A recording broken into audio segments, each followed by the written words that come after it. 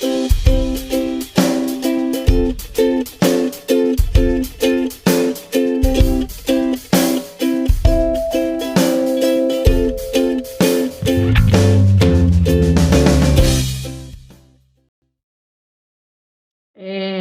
noite, ou boa tarde, ou bom dia, não sei a hora que você vai estar vendo esse vídeo. Então, eu vou me apresentar. Eu sou a Grazi, eu sou do Tropa de Elite de Jesus. Eu estou nesse ministério de jovens e o Senhor pediu para mim falar uma mensagem que é do amor e a salvação, né? E ali fica a segunda pergunta ali, qual é a nossa mensagem? Né? O que é evangelho para você? O que é ser evangélico para você? O que é você ser crente? O que é você. O que é quando perguntam para ti por que tu segue Jesus? O que tu responde? Por quê? Qual é a sua mensagem que você está passando para o mundo? Há muitas maneiras de apresentar o evangelho. Tem pessoas que falam, tem pessoas que só leem a Bíblia, tem pessoas que veem vídeos na internet, Instagram, Facebook, YouTube, enfim. Mas o que você está demonstrando para o mundo? Quem é você para o mundo? Você está vivendo o que você acredita?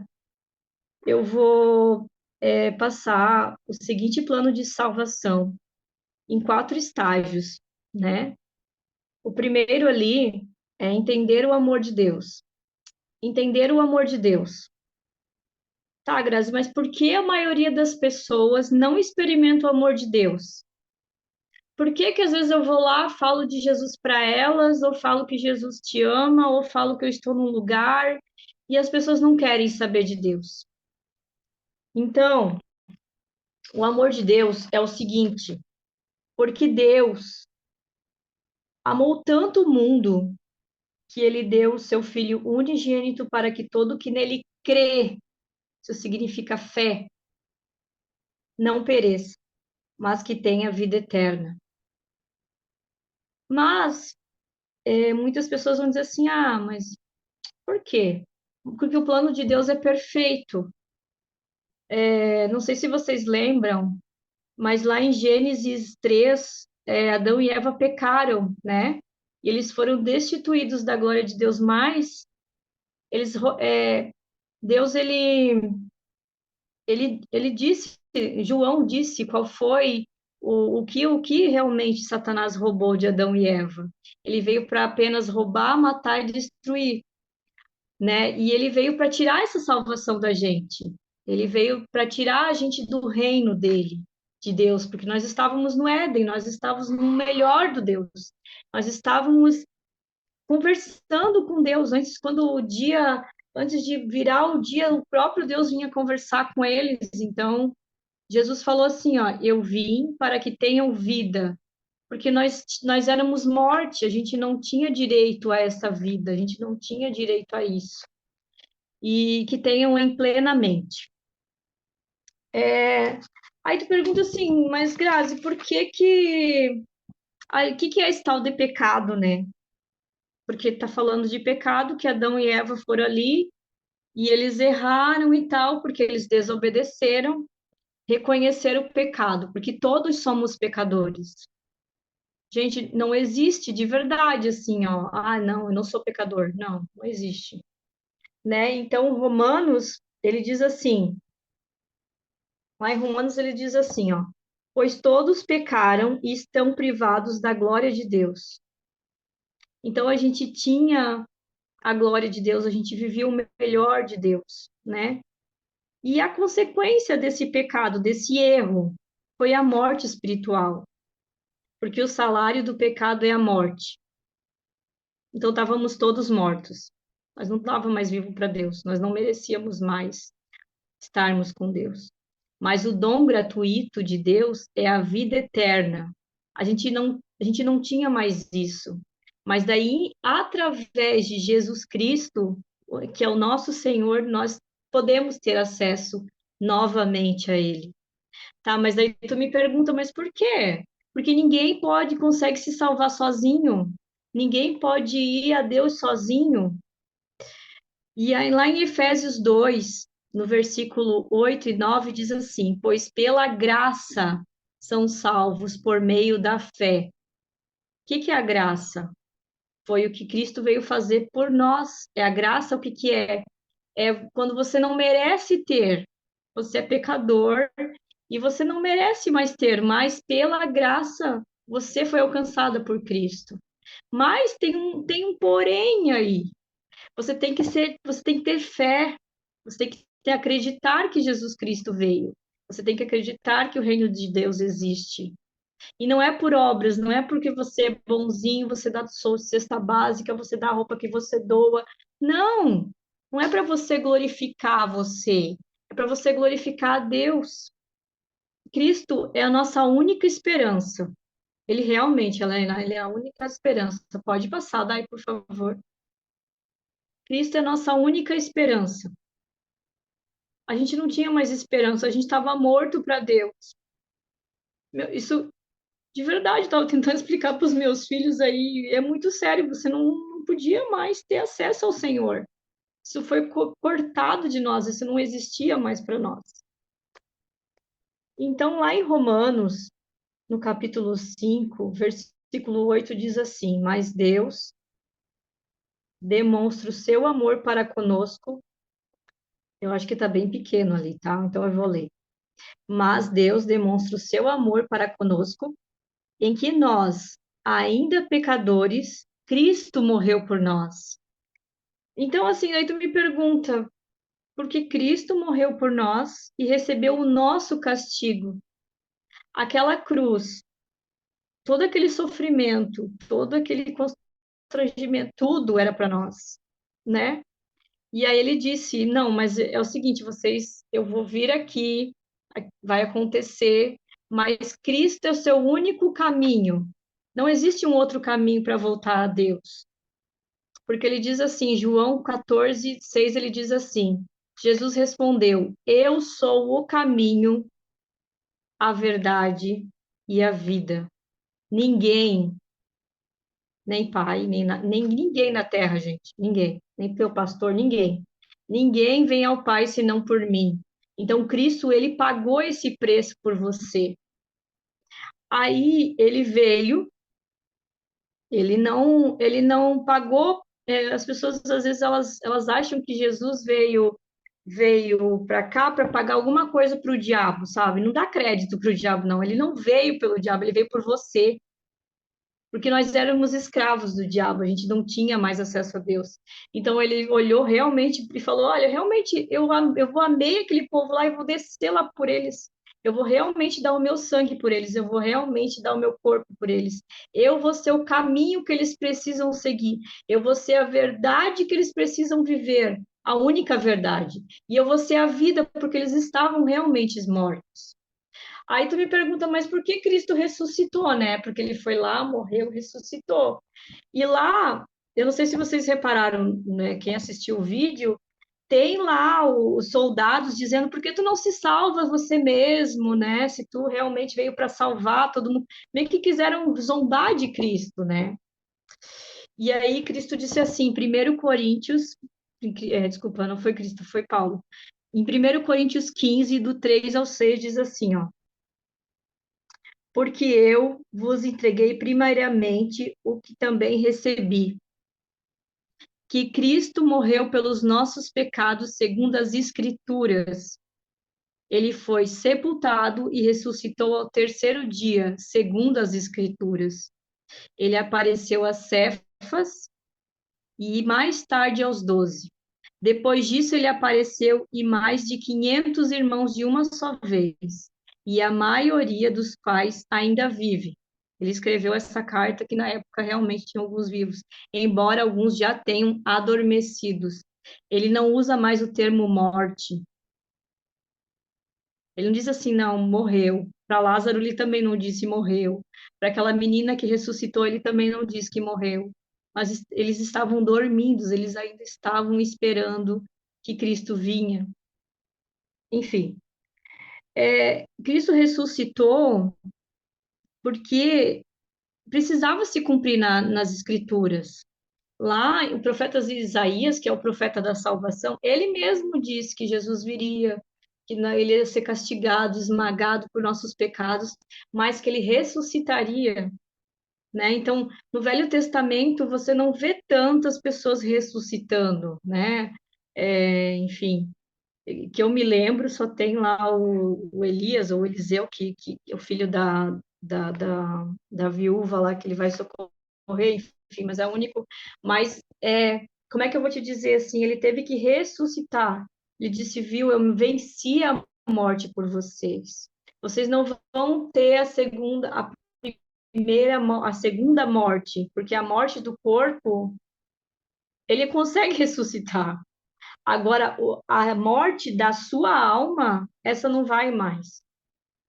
Essa você não voltaria mais. Enfim. E daí, lá para frente, diz assim, ó, que devemos receber a Cristo como Salvador. Se você recebe Cristo como Salvador, coloca amor nas minhas palavras. Não é só você levantar a mãozinha e dizer assim, olha, eu quero receber Cristo, não sei o que, não. É você receber Cristo todos os dias. É você reconhecer que Ele é realmente o seu Senhor. O que que é um Senhor? É quando Ele governa a sua vida. O que que é um Salvador? É uma pessoa. Cristo veio para te salvar porque você não tinha mais salvação. Desculpa, eu vou usar um exemplo e vocês colocam amor nas minhas palavras, tá? Uma pessoa está morrendo afogada, tá lá, encheu tudo lá e a pessoa está morrendo afogada e ela não, e ela pede, por favor, Deus me ajuda, por favor. Aí daqui a pouco vem um bote. Aí você olha para ele e fala assim: "Não, mas Cristo vai me salvar, pera". OK? Tá. Daí depois Deus manda um barco. Tá, se num bote não quis ir, de repente, né, vou mandar um barco. E aí você pede, olha, né, entra e tal, para tu poder se salvar e tal. Naquele desespero e tal, tu fala, não, mas Cristo vai me salvar, não tem problema.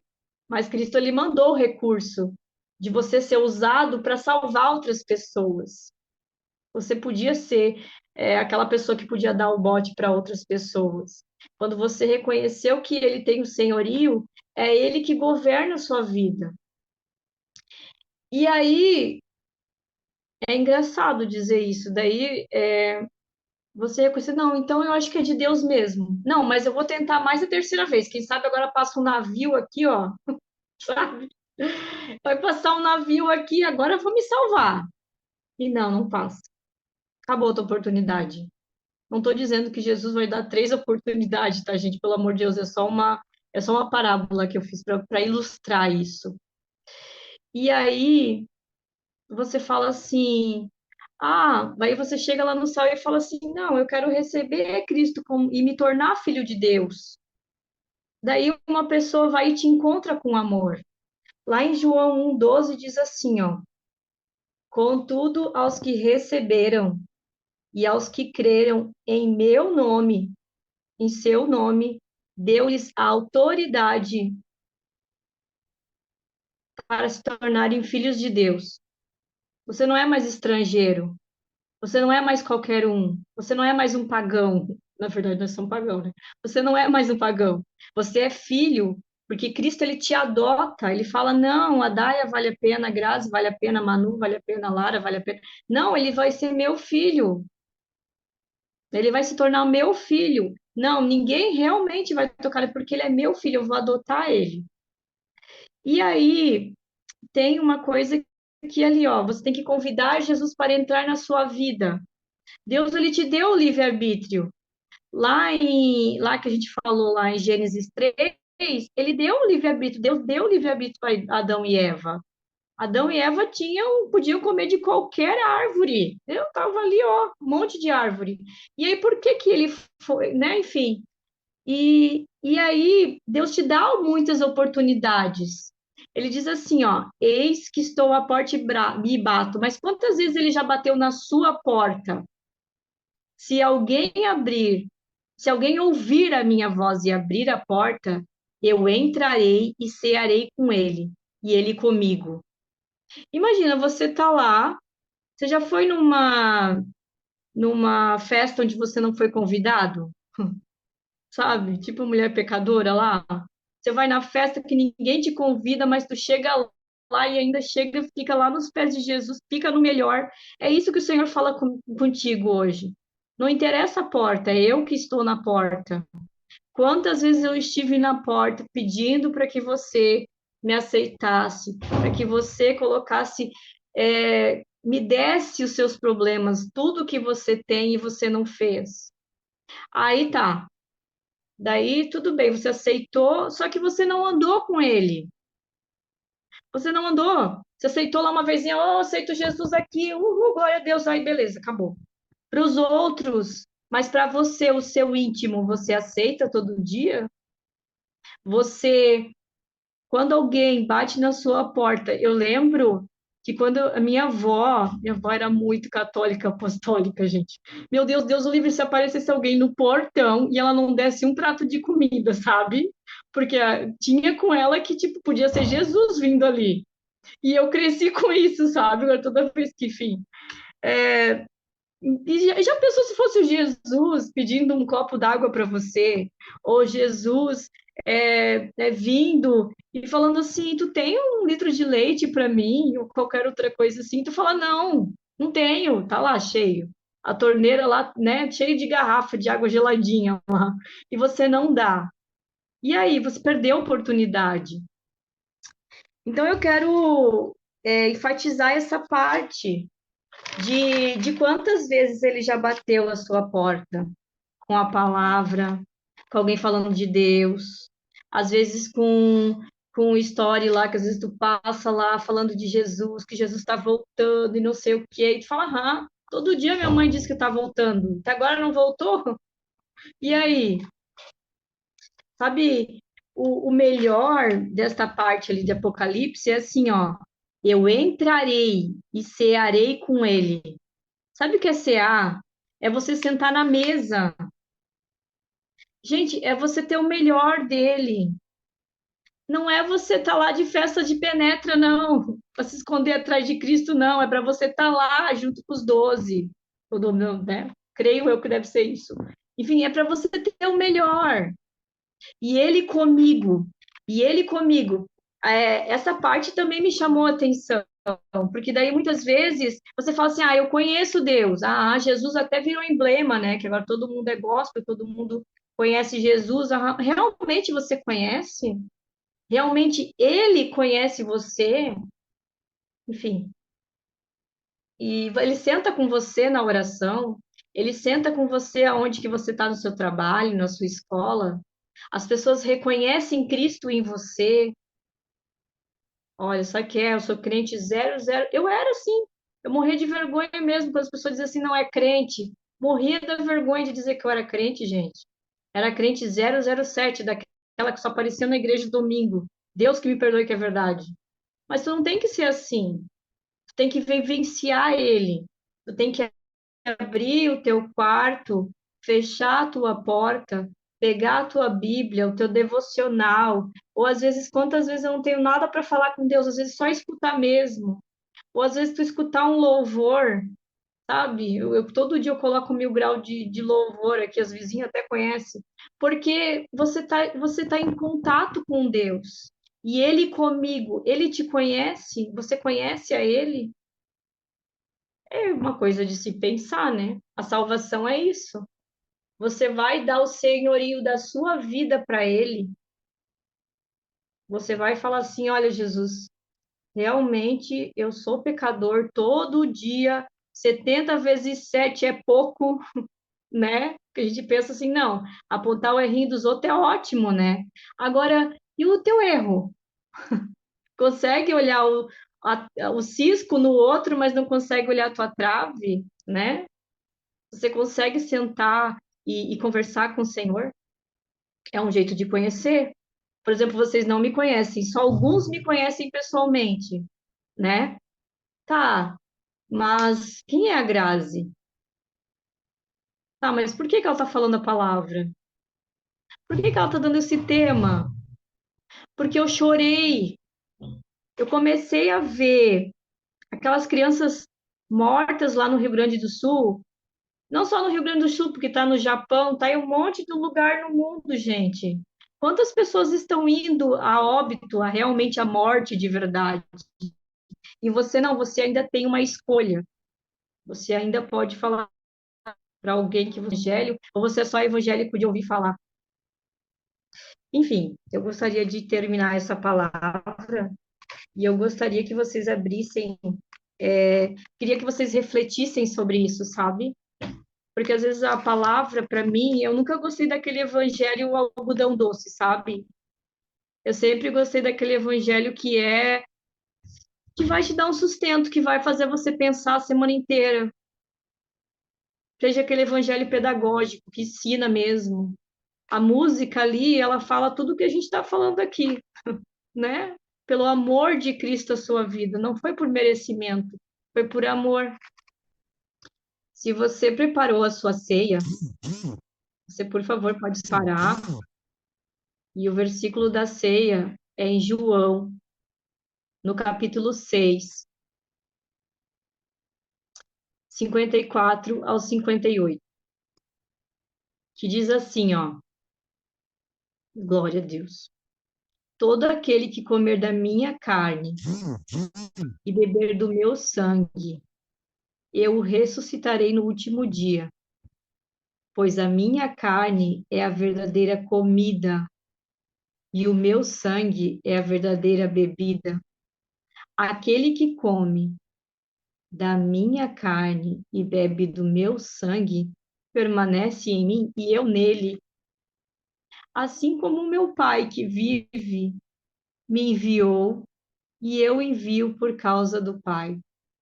Vivo por causa do Pai.